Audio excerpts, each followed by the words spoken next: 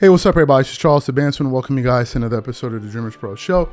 We cover everything from sports, hot topics, classic debates, entertainment, and we give you guys a fresh perspective on things and how we see them. And today we got a hell of a show for you guys. Before we get into it, please make sure you like the video and subscribe to the channel. So, as you guys know, the Minnesota Timberwolves got beat again, right? To find themselves now, I believe, in a 3-1 deficit against the Oklahoma City Thunder. In the last game that they played, I believe SGA in that game scored something like 40 points. Right now, he wasn't ultra efficient, but he was very aggressive in that game. But going into this series, it's been SGA versus Anthony Edwards, the next potential face of the NBA. And a lot of people are like, are we sure we want to crown this guy as the face of the NBA? So he goes into that game. Ant-Man ends up finishing the game with what? What did he finish that game with? 16 points on 38% shooting, 14% shooting from the three, and he only attempted 13 shots to SGA, who attempted 30 shots. So at the end of the game, Ant-Man is basically saying, I had a great game. I thought I played a smart game. I made the right play. I made the right read. So I don't see what the issue is with me. I mean, I had a great game. I had 16, 6 assists and all of that. And people are like, you can't be serious. With all that talking, your counterpart on the other side, on the other team, scores 40, and you're talking about you had a great game. So people started roasting him. So today on the ESPN First Take, they had a panel of Stephen A. Smith, Brian Windhorst, Jay Williams, and I think and Chris Mad Dog Russo. So they're talking about this. And then Brian Windhorst decides to interject LeBron James into this about how he's traumatized because this is the same thing that LeBron James went through.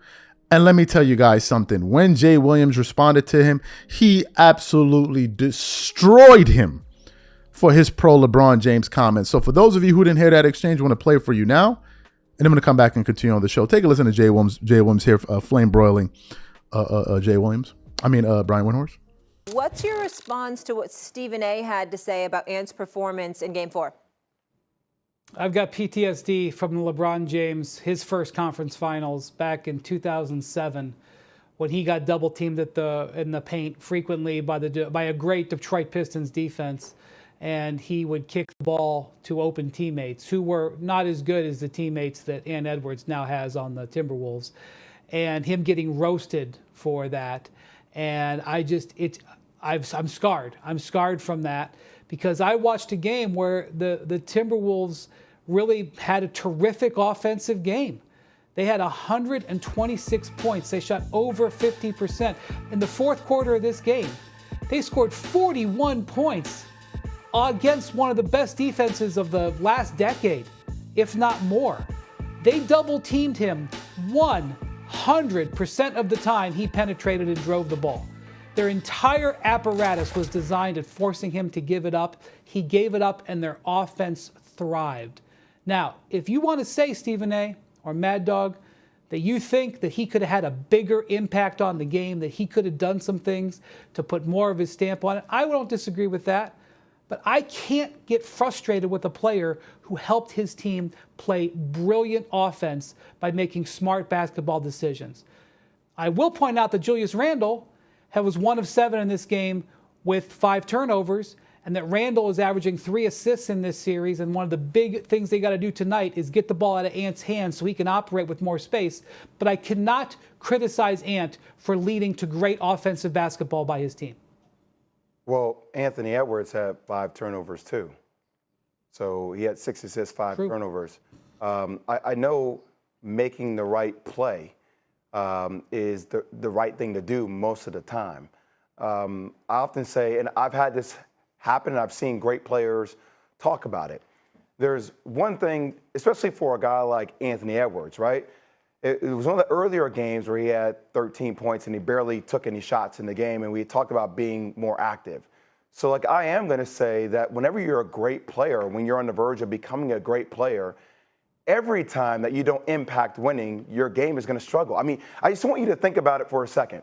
The visual, and you could say keeping it real, whatever it is, of me after a loss saying, well, I don't think I really had a bad game, or I don't think I really struggled. I made the right play. How does that come across, Wendy? Yeah, he didn't take How did much that come? heat from How does that come across when you are the I star don't player? care about his quotes.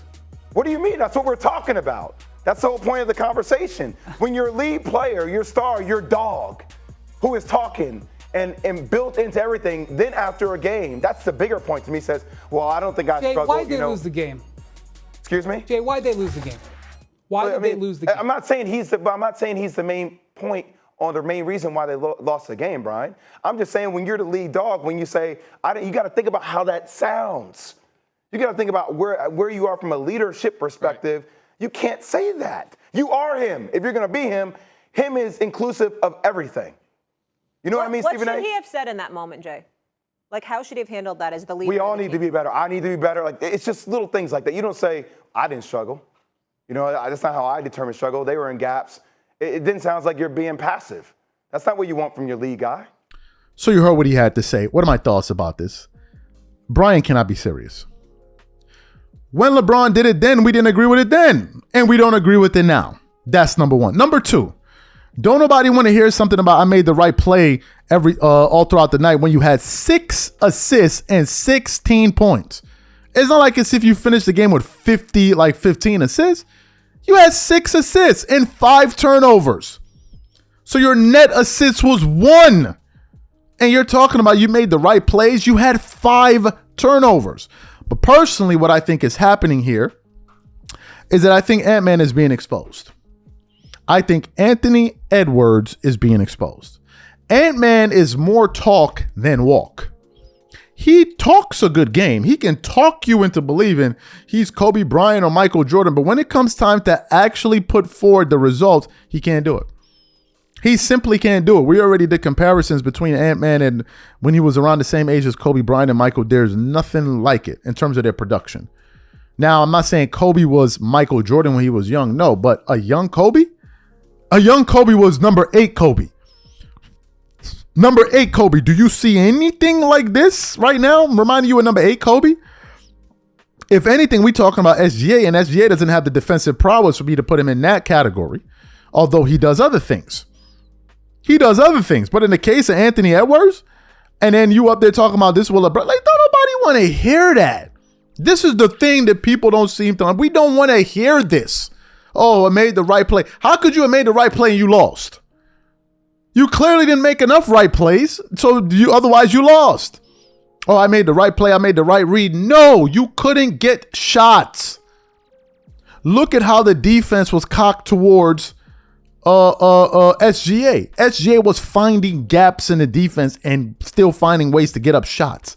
Go back and watch the game footage. Anthony Edwards looked rushed on almost every single offensive possession. Whereas SGA was playing under control. He was smooth as a fan. He wasn't ultra efficient, but he was able to get up 30 shots. And what people are talking about right now is you were attempting like 3 shots a quarter. Bro, that ain't playing the right game. That ain't making the right play. The right play is also you getting up shots because you give your team the best opportunity to score on the other side, score every time going down the court. That's what they were talking about. But you can't talk about you made the right plays and you finished that game with 6 assists and 5 turnovers talking about I made the right plays. You did not. And I'm very happy that Jay Williams called him out on his pro LeBron James comments because this is the stuff that they try to force down our throats every single day and we just fed up of it. So shout out to Jay Williams for that. These are my thoughts. Whatever you guys think, please leave your thoughts and comments in the comment section. We catch you on the next show and I'm out. Peace.